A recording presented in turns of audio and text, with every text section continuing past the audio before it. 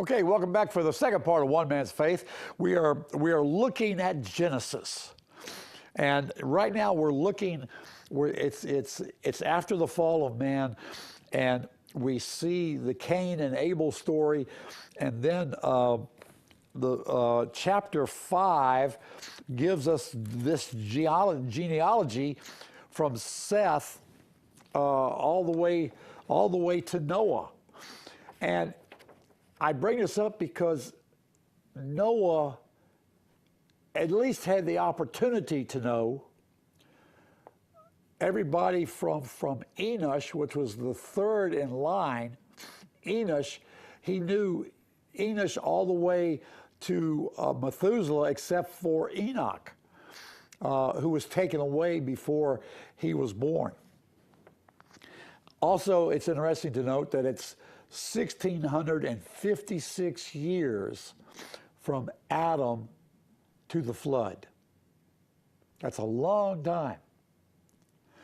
But because of the length of time they lived, Noah had the opportunity to know these people. And I bring this up because this seems to be what I call the God line. These were men who accepted the things that happened and that God did exist and that God was working in their lives. Another example to look at, this is kind of the Noah timeline. You can see that when Noah was 84, Enosh died. When he was 176, Kenan died. When he was 234, Mahalalel died. When he was 366, Jared died. So Noah was alive and was possibly able to even talk to these people. Okay? All of the bloodline died before the flood. The flood was at the 600th year of Noah. And matter of fact, his father died 5 years before the flood, and Methuselah died the year of the flood. I believe that we don't get the flood until that whole God line has died. When Methuselah died, then the flood occurred. When Methuselah died, the flood occurred. We have too,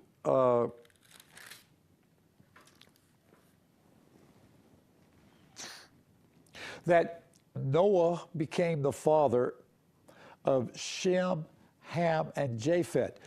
Now, you know, it almost sounds to me the way it was written that maybe they were triplets, and they possibly could have been.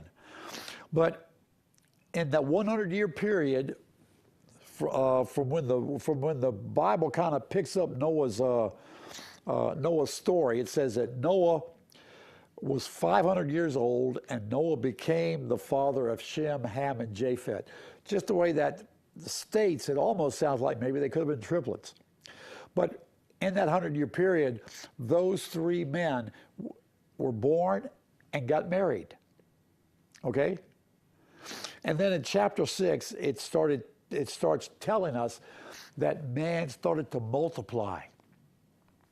And sons and daughters were born to them. The Nephilim somehow fit into there. The Nephilim were fallen angels. Now, how they came into being as fallen angels and on the earth, we don't know. Revelation seems to indicate that it says, I saw the star, or a third of the stars, fall to the earth. It's possible that that's how the Nephilim came into being. They were fallen angels, i.e., well, we now would consider them demons, okay? But some of them became like men, and they mated with some of the women and produced what are called giants, or the Nephilim. And we know that there were at least 5 in existence. Goliath was one of them. A couple of others are also mentioned. Og, I believe, was one because his bed was over 9 feet long.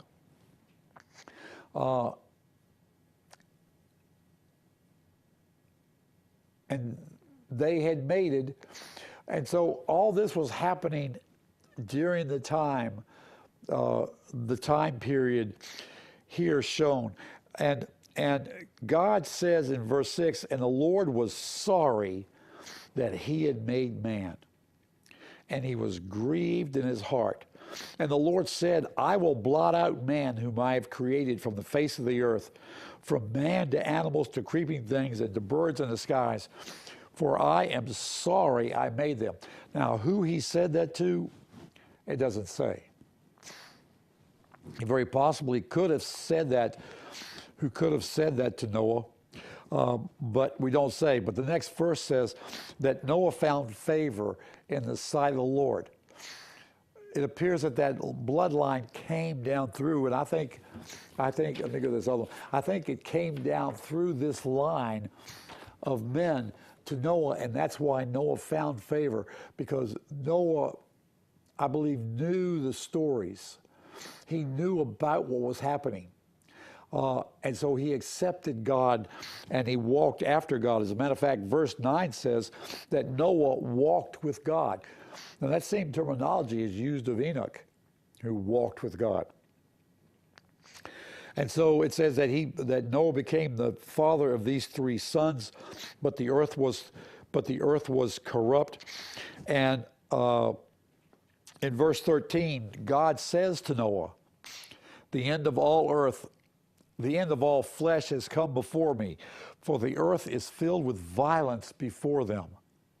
And behold, I am about to destroy them with the earth. And he says, Noah, make for yourself an ark of gopher wood. You shall make the ark with rooms and shall cover it inside and out with pitch. And this is how you shall make it. Its length shall be 450 feet. Its width shall be 75 feet, and its height shall be 45 feet. That's what that 300 cubits, 50 cubits, and 30 cubits relate to as far as our measurement. And I was looking. There's a statement here that we use. Let me see if I can. Early in verse 6, it says, my spirit shall not strive with man forever, because he also is flesh. Nevertheless, his days shall be 120 years. Now, we don't know when that was spoken and who it was spoken to. Some try to say that God there limited man's time frame to 120 years. Well, that doesn't fall right, because Noah himself lived 850 years, and we'll see this a little later, probably next week. The bloodline from Noah through Shem, those men lived 200 years. So this does not speak to man's time frame, that our time on earth is limited, our time, that you and I could live up to 120 years. That's not what it's saying. What God is saying here is that in 120 years, the flood's going to come. That's what he is saying here.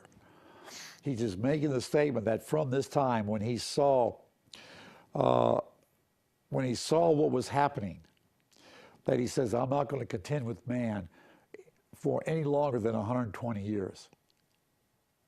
Now, he may have said this to Noah. We don't know.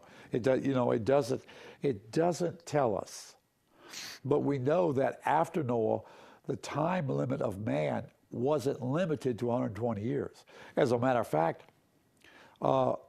Abraham was 175 years when he died.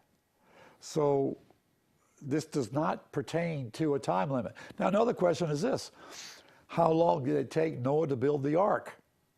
Well, a lot of people say 100 years, but the Bible doesn't tell us that. The time limit isn't given.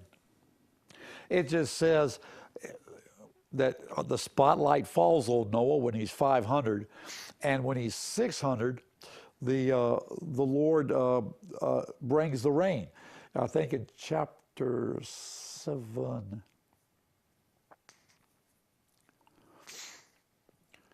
Yes, it says in chapter 7, verse 6, and Noah was 600 years old when the flood of the water came upon the earth. But all it says previous is Noah was 500 when he had Shem, Ham, and Japheth. That doesn't mean it took 100 years.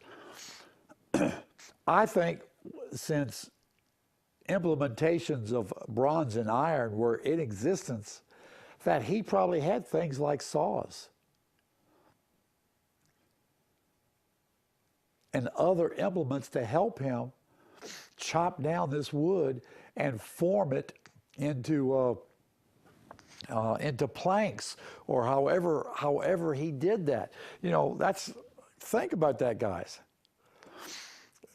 It could be the outside walls of this ark were like log cabins, but still there had to be honing, there had to be a planing done, to make the joints smooth so that they would fit together better.